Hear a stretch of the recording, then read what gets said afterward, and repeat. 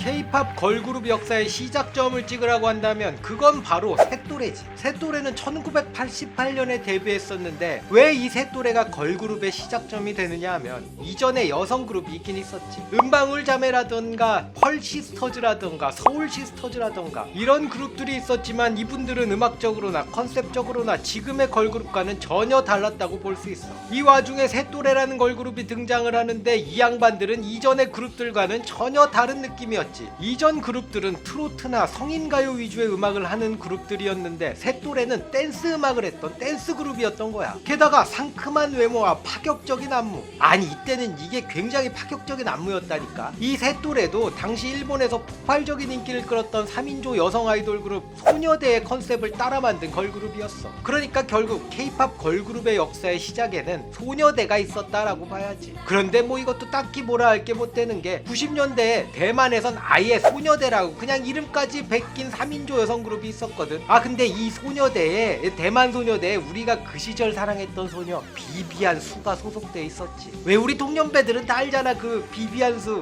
모른다고? 아, 왜 이러지 이거? 이때 그 화제가 됐던 그 비비안수의 누드집 그거 알잖아. 그 컨셉을 또 나중에 그 정량이라고 새 친구에 나와서 유명해졌던 그 양반 있잖아. 정량. 그 양반도 나중에 누드집을 냈었는데 그때 비비안수의 누드집 컨셉을 표절했었던 또 이것도 아는 사람만 아는 그러한 사건이 있었지. 그러니까 뭐 결국 한중일 서로 베끼고 따라하고 뭐 그렇다는 거지. 암튼 이 전혀 새로운 컨셉으로 등장했던 셋또래는 생각보다 큰 반향을 일으키진 못했는데 당시 1980년대 가요계는 아직 셋또래라는 걸그룹을 맞이할 준비가 안 돼 있었던 것 같아. 걸그룹이라는 형태의 가수를 소비할 만한 그런 시장이 아직 만들어지지 않았던 시기랄까. 이 셋또래는 2집까지 활동을 하면서 큰 성공을 하지 못한 채 해체하고 말았던 것이지. 그래도 꽤 임팩트는 있었기 때문에 여전히 기억하는 사람들이 많은 걸그룹이야. 이 셋또래는 이희정, 김정임, 우유나 이렇게 3인조였는데 이 중 이희정은 이후 이가희라는 가명으로 베이비복스로 다시 데뷔했었어. 이 이야기는 베이비복스 영상에서 자세히 다뤘으니 한번 봐주시라. 이렇게 태초에 셋또래가 있었다 이거야. 1988년 K-팝 걸그룹의 시작점을 찍었던 셋또래 이후 이렇다 할 걸그룹이 없었어. 그런데 1993년 K-팝 걸그룹의 르네상스가 열리는데 이때부터 걸그룹이란 용어를 사용하기 시작했고 이때 0.5세대 걸그룹들이 등장하기 시작하는데 이 걸그룹들이 바로 칼라, 애플, SOS였어. 그것도 이 양반들이 데뷔한 시기가 1993년 7월부터 9월까지 3달 동안이었지. 그야말로 단기간에 갑자기 걸그룹들이 쏟아져 나왔던 거야. 이 걸그룹의 조상님 세 팀들에 대해서 우리 한번 알아보도록 할까?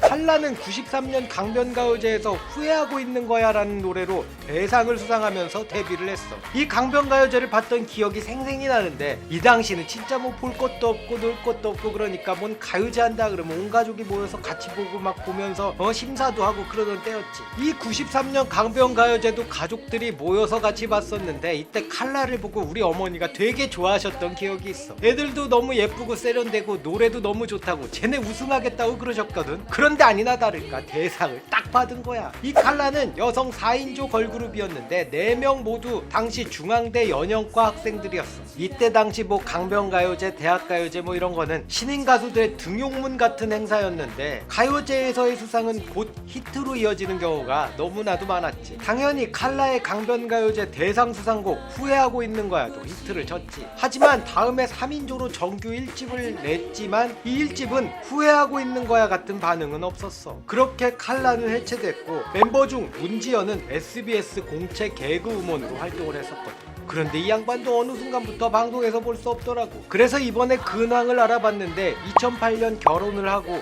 이후 연예계 활동은 접은 것 같더라고. 당시 의상도 그렇고 음악도 아주 세련된 걸그룹으로 기억이 된다네. 당시 어마어마하게 과격한 안무로 가요계를 접수하려고 했던 걸그룹 애플이야. 애플도 93년 데뷔한 3인조 걸그룹이었는데 이 양반들은 서태지와 아이들의 걸그룹 버전을 표방하고 나왔던 그룹이었거든. 그래서 그런지 안무를 보면 당시 걸그룹 안무치고 어마어마하게 과격한 편이야. 물론 지금 기준으로 보면 뭐 그닥 과격하지 않을 수도 있겠지만 당시 여자애들이 뭐 저런 춤을 춘다고? 이런 느낌이었거든. 물론 김완선이라는 댄싱 퀸이 있긴 했었지. 김완선은 이런 애플 같은 잔바리들이랑은 뭐 클래스 자체가 다른 어나더 클래스였으니까 뭐 논외로 해야겠지. 이 애플은 조용필의 위대한 탄생에서 활동했던 황세준이 처음으로 프로듀싱을 했던 그룹으로 애플의 곡들을 작곡하면서 작곡가로서 입봉을 했던 거야. 난 당시 애플을 보면서 와, 춤 잘 춘다, 멋있다라고 생각했었거든. 그런데 이 애플도 그닥 인기를 끌지는 못했고 1집 활동 후 해체하고 사라졌어. 실력도 있었던 것 같고 노래도 괜찮았는데 그냥 스르륵 스무스하게 사라진 느낌이었다네. 그러니까 스르륵 스무스하게 구독 버튼도 눌러주시는 건 어떨까 한다네. 93년 데뷔한 걸그룹들 중에 가장 지금의 걸그룹, 그러니까 아이돌 걸그룹의 형태에 가장 가까운 팀이 바로 SOS야. SES 아니냐고? 아니 SOS야. 이건 그 구조신호 SOS가 아니라 센세이셔널 오리엔탈 사운드의 약자인 SOS인 거지. 이름부터 느낌 오지? 바로 1세대 아이돌 장명법의 조상님인 거잖아. 암튼 감각적인 동양의 소리, 이게 바로 SOS였던 거야. 이 오리엔탈이라는 단어가 들어갈 만한 자격이 있었던 그룹인 게 이 그룹은 최초의 한일 합작 걸그룹이었단 말이야. 게다가 한일 합작 걸그룹이었으니까 한국과 일본 양국에서 활동하는 아주 파격적인 모습을 보여줬지. 멤버도 모두 잡지나 CF 출신 모델이었으니까 뭐 당연히 예쁜 외모로 주목을 받았었고, 이 1집의 타이틀곡 처음 느낌 그대로도 크게 히트를 치진 못했지만 그래도 좋은 반응이 있었어. 내가 이때 멤버 중 하나였던 사현진을 되게 좋아했었거든. 그러니까 SOS를 더 주목해서 볼 수밖에 없었지. 이 SOS는 94년 2집 팝콘을 발표하고 타이틀곡 팝콘으로 활동을 했지만 이 팝콘은 카일리 미노그의 더 로코모션을 그냥 번안한 곡이었고, 이 앨범 수록곡이 거의 대부분 팝송을 번안한 노래였어. 이게 가능했던 게 당시 SOS의 소속사가 우리나라의 사마 프로덕션과 일본의 포니캐년이 공동으로 설립한 회사